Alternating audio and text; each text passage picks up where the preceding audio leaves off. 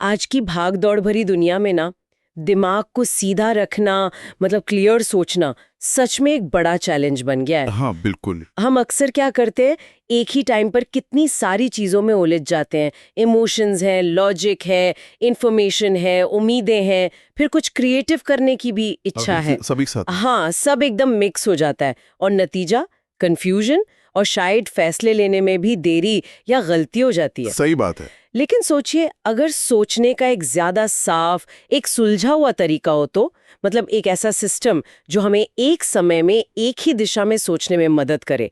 जैसे कोई orchestra conductor होता है ना, वो हर हिस्से को सही टाइम पर सामने लाता है। तो आज हम एडवर्ड डी बोनो की मशहूर 6 थिंकिंग हैट्स विधि पर थोड़ी गहराई से बात करने वाले हैं। अच्छा, कहा तो ये भी जाता है कि इस सोचने के तरीके में पिछले कोई 2300 सालों का सबसे बड़ा बदलाव है। सुनने में ये बहुत बड़ा दावा लगता है ना। हाँ, दावा तो काफी बड़ा है। लेकिन सोचिए, एबीबी जैसी बड़ी कंपनी ने अपनी मीटिंग का टाइम 30 दिन से घटाकर सिर्फ 2 दिन कर दिया। अरे वाह। और आईबीएम ने अपना काम 1/4 समय में पूरा किया, वो भी इसी मेथड से। तो चलिए पता लगाते हैं कि ये टोपियां हैं क्या और ये काम कैसे करती हैं। बिल्कुल। और देखिए, एडवर्ड डी बोनो, जिन्हें हम लैटरल थिंकिंग यानी पार्श्व सोच के लिए जानते हैं, वो क्रिएटिव थिंकिंग के दुनिया भर में माने हुए एक्सपर्ट हैं। हाँ, मैंने सुना है उनके बारे में। तो उनकी ये 6 थिंकिंग हैट्स विधि जो है वो हमारी पारंपरिक पश्चिमी सोच से थोड़ी अलग है। मतलब जो सुकरात, प्लेटो और अरस्तू के जमाने से चली आ रही है ना। हाँ, जो तर्क वितर्क पर जोर देती है। बिल्कुल।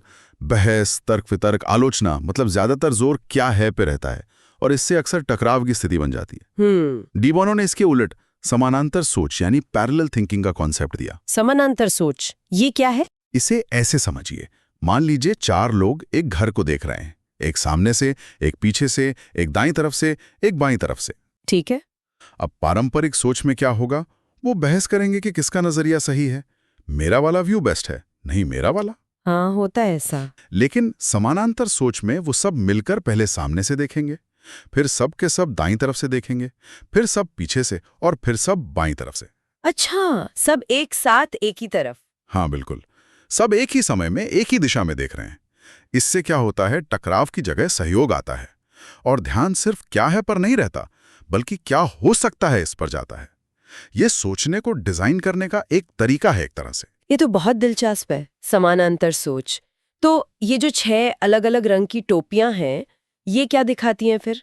आपने कहा ये सोचने की दिशाएं हैं, लोगों के टाइप नहीं।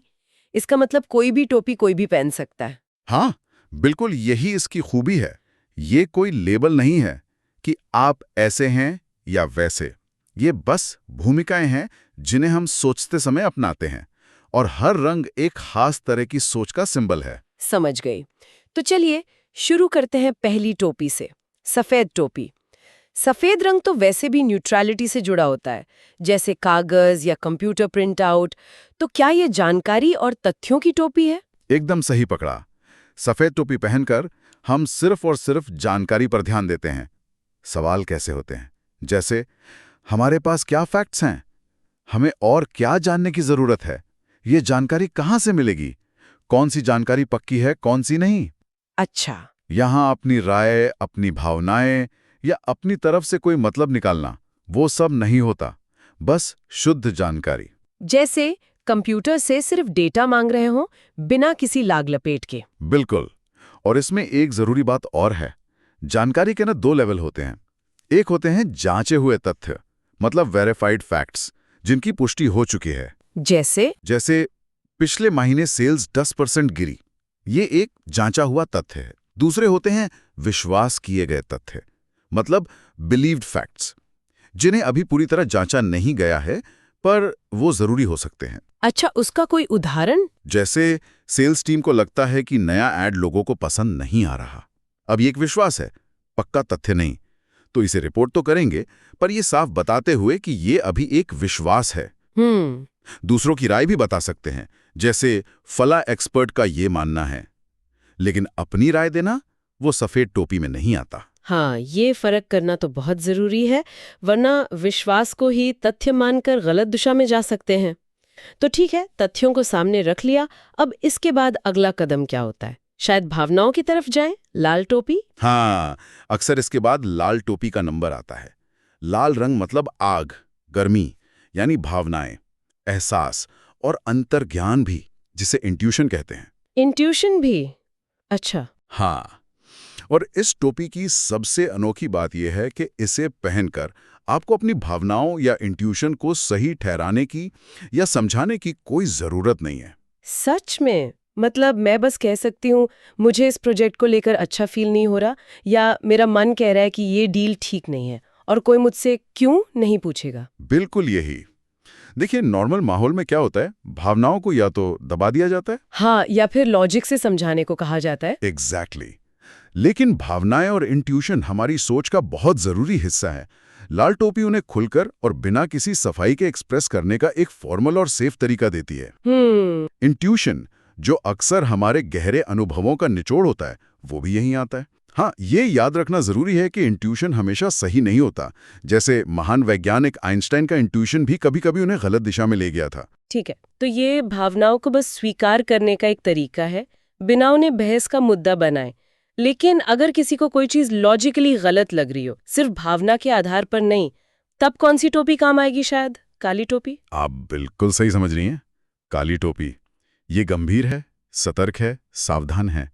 ये क्रिटिकल थिंकिंग की टोपी है। क्रिटिकल थिंकिंग वाली? हाँ, ये पूछती है, इसमें क्या खतरे हैं, क्या ये सेफ है, क्या ये हमारे नियमों या वैल्यूज के हिसाब से ठीक है, ये क्यों काम नहीं कर सकता। ये टोपी हमें गलत, खतरनाक या नुकसान वाले कदम उठाने से रोकती है। अच्छा। और दिलचस्प बात यह है कि काली टोपी हमेशा लॉजिकल होती है। मतलब अगर आप किसी चीज की आलोचना कर रहे हैं तो उसका एक लॉजिकल आधार होना चाहिए। ये सिर्फ मुझे पसंद नहीं वाली नेगेटिव फीलिंग जो लाल टोपी होगी से अलग है। अच्छा, ये फर्क है। हाँ, काली टोपी का फोकस तर्क पर आधारित कमियों और जोखिमों पर होता है। और सच कहूं तो ये शायद सबसे ज्यादा इस्तेमाल होने वाली और कुछ मायनों में सबसे वैल्यूएबल टोपी है, क्योंकि ये हमें बड़ी गलतियों से बचाती है। बात तो सही है।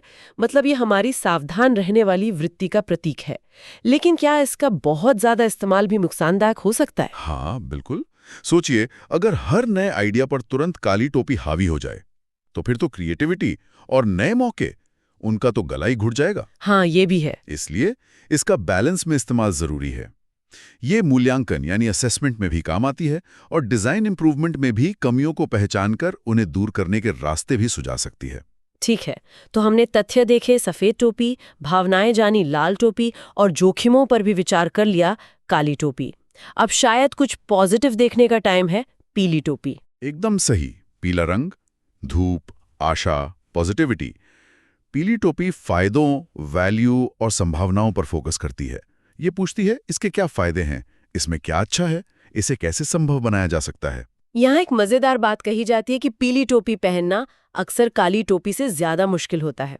ऐसा क्यों भला? क्योंकि देखिए, हमारे दिमाग में ना खतरों को, जो काली टोपी का काम है, पहचानने का एक नेचुरल सिस्टम बना हुआ है। सर्वाइवल के लिए जरूरी है ना। हाँ, बात तो है। लेकिन मौकों और फायदों को, जो पीली टोपी का काम है, देखने के लिए हमें थोड़ी कोशिश करनी पड़ती है, सचेत प्रयास। वो अपने आप नहीं होता। और पीली टोपी सिर्फ अच्छा महसूस करने के बारे में नहीं है, वो तो लाल टोपी है। अच्छा, हाँ। पीली टोपी लॉजिक पर आधारित पॉजिटिविटी है। आपको बताना होगा कि आपको क्यों लगता है कि ये आइडिया फायदेमंद होगा, क्या तर्क है उसके पीछे। तो ये एक तरह से सट्टा सकारात्मक या स्पेक्युलेटिव पॉजिटिव सोच है, फायदों को खोजना और फिर उनके पीछे का तर्क देना। हाँ, बिल्कुल। और इसमें कंस्ट्रक्टिव थिंकिंग यानी रचनात्मक सोच भी शामिल है। चीजों को मुमकिन बनाने के तरीके खोजना, सुझाव देना, प्रॉब्लम सॉल्व करना, मौकों का फायदा उठाना। पीली टोपी भविष्य की ओर देखती है, बेस्ट पॉसिबल सिनेरियो सोचती है और विजन या दूरदर्शिता से भी जुड़ी है। तो अब तक हमने मौजूदा स्थिति, भावनाएं, जोखिम और लाभ, इन सब पर बात की। लेकिन नए आइडियाज का क्या? उसके लिए कौन सी टोपी है? हरी टोपी? बिल्कुल, हरी टोपी। हरा रंग मतलब विकास, उर्वरता, क्रिएटिविटी। हरी टोपी नए आइडियाज, नए विकल्प, संभावनाओं और बदलावों के लिए है। ये वो जगह है जहां हम जानबूझकर लीक से हटकर सोचते हैं। अच्छा, लीक से हटकर। हाँ, ये लैटरल थिंकिंग का एरिया है। पार्श्व सोच, जिसका जिक्र आपने शुरू में किया था। मतलब प्रॉब्लम को नए एंगल से देखना, सीधा न सोचकर अगल बगल देखना। हाँ, वही। हरी टोपी जजमेंट पर जोर नहीं देती, बल्कि मूवमेंट पर जोर देती है। मूवमेंट मतलब? देखना कि वो हमें कहाँ ले जाता है, उससे और क्या निकल सकता है। इसमें कभी-कभी जानबूझकर उकसावे या प्रोवोकेशन का इस्तेमाल भी किया जाता है। प्रोवोकेशन, उकसावा। ये कैसे? हाँ।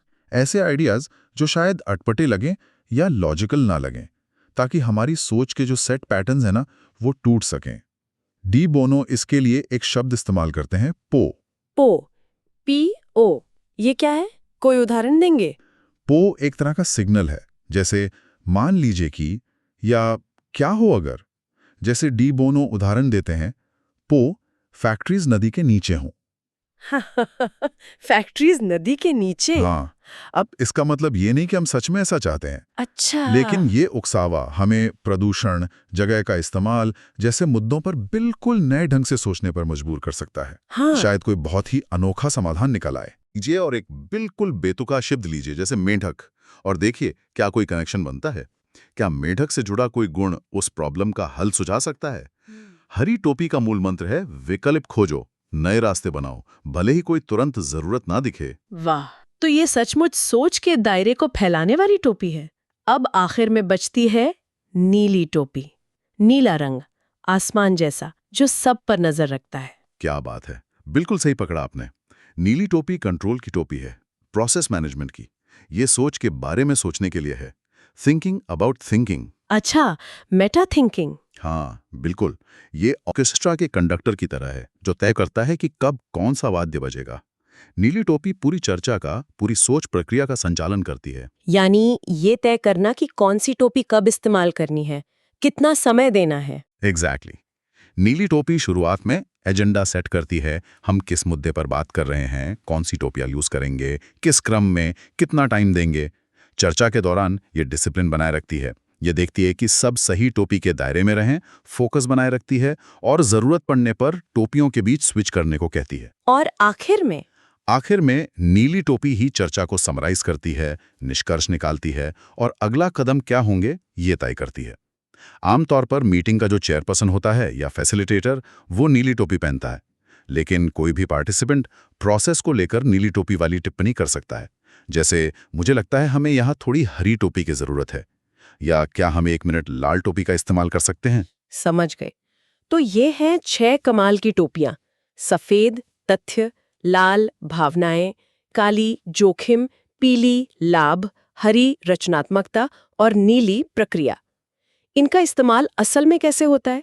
क्या इन्हें हमेशा एक फिक्स्ड सीक्वेंस में ही इस्तेमाल करते हैं? नहीं, जरूरी नहीं। 2 मेन तरीके हैं। एक तो है सिंगल यूज, मतलब बातचीत में जब जरूरत लगे किसी एक टोपी का इस्तेमाल कर लिया। जैसे कोई कह सकता है, आइए जरा इस पर कुछ काली टोपी वाले विचार करें, या क्या हम 1 मिनट के लिए हरी टोपी पहन सकते हैं। ठीक है। दूसरा तरीका है सीक्वेंस में यूज। किसी टॉपिक को ठीक से समझने या प्रॉब्लम सॉल्व करने के लिए टोपियों का एक तय क्रम बना लेना। ये क्रम पहले से तय प्रीसेट भी हो सकता है, या चर्चा के हिसाब से बदलता, इवॉल्विंग भी रह सकता है। और हाँ, डिसिप्लिन और टाइम मैनेजमेंट इसमें काफी मदद करते हैं। जैसे हर टोपी के लिए एक तय समय रखना, शायद 1 मिनट प्रति व्यक्ति, ये बहुत इफेक्टिव होता है। अच्छा, और इसके फायदे क्या हैं? आपने शुरू में टाइम सेविंग का जिक्र किया था, वो तो बहुत बड़ा फायदा है। हाँ, फायदे कई हैं और काफी प्रभावशाली हैं, जैसा कि सीमेंस, नासा, माइक्रोसॉफ्ट जैसी कंपनियों के अनुभव बताते हैं। देखिए, मोटे तौर पर 4 बड़े लाभ हैं। पहला, पावर यानी शक्ति। जब सब लोग एक ही दिशा में सोच रहे होते हैं तो ग्रुप की पूरी इंटेलिजेंस और एक्सपीरियंस का इस्तेमाल होता है। ये बहस करने से कहीं ज्यादा पावरफुल है, जहां लोग अक्सर जानकारी छिपाते हैं या सिर्फ अपना पक्ष मजबूत करने में लगे रहते हैं। सही बात। दूसरा, टाइम सेविंग यानी समय की बचत। पैरेलल थिंकिंग सीधे मुद्दे पर आती है, बहस और टकराव को खत्म करती है। इससे मीटिंग्स का टाइम, जैसा हमने ABB और IBM के उदाहरण में देखा, सच में बहुत कम हो जाता है। ये तो कमाल है। तीसरा, ईगो से मुक्ति। यहां जोर मैं सही हूं साबित करने पर नहीं होता, बल्कि हर टॉपिक के तहत अच्छे से सोचने पर होता है। इससे लोगों का ईगो आड़े नहीं आता, वो ज्यादा खुलकर बिना डिफेंसिव हुए अपने विचार रखते हैं। लोग अपने नॉर्मल सोचने के तरीके से बाहर निकलने में ज्यादा कंफर्टेबल महसूस करते हैं। हाँ, ये बहुत जरूरी है। ईगो अक्सर अच्छी चर्चाओं को खराब कर देता है। बिल्कुल। और चौथा, एक समय में एक चीज। ये कंफ्यूजन को कम करता है। अलग अलग तरह की सोच को अलग करने से दिमाग हर पहलू पर ज्यादा गहराई से फोकस कर पाता है। जैसे कलर प्रिंटिंग में हर रंग अलग अलग छापा जाता है ना, हाँ। वैसे ही यहाँ सोच के हर पहलू को अलग अलग देखा जाता है। ज्यादा क्लैरिटी आती है। तो कुल मिला के ये 6 थिंकिंग हैट्स हमें एक बहुत ही सरल लेकिन पावरफुल फ्रेमवर्क देती हैं, जिससे हम अपनी सोच को ज्यादा फोकस्ड, ज्यादा ऑर्गेनाइज्ड और कम टकराव वाला बना सकते हैं। ये ईगो को पीछे रखकर सहयोग को बढ़ावा देती हैं। हाँ, और ये सिर्फ बड़ी कंपनियों या फॉर्मल मीटिंग्स के लिए ही नहीं है। कोई भी इंसान अकेले सोचते समय भी इनका इस्तेमाल कर सकता है, अपनी सोच को ज्यादा साफ और ज्यादा वाइड बनाने के लिए। बिल्कुल, ये सचमुच हमारे सोचने के तरीके को बदल सकती है। टकराव से सहयोग की तरफ, सिर्फ एनालिसिस से प्रॉब्लम सॉल्विंग और डिजाइन की तरफ। ये सिर्फ क्या है तक ही सीमित नहीं रहती, बल्कि क्या हो सकता है और उसे कैसे किया जाए, इस पर फोकस करती है। और जाते जाते एक सवाल सबके सोचने के लिए छोड़ जाते हैं। जरूर। अगर हम सब अपने रोजमर्रा के जीवन में, चाहे वो घर पर किसी बात पर असहमति हो, करियर का कोई बड़ा फैसला हो या समाज की किसी समस्या पर विचार करना हो, इन अलग-अलग सोच की टोपियों को थोड़ा जानबूझकर इस्तेमाल करना शुरू करें, तो हमारी बातचीत, हमारे रिश्ते और हमारे निकाले हुए समाधान कितने बदल सकते हैं। क्या ये हमें वो पारंपरिक हाँ नहीं सही गलत वाली बहस से निकालकर कुछ ज्यादा क्रिएटिव और समझदार नतीजों तक ले जा सकता है? सोचने वाली बात है।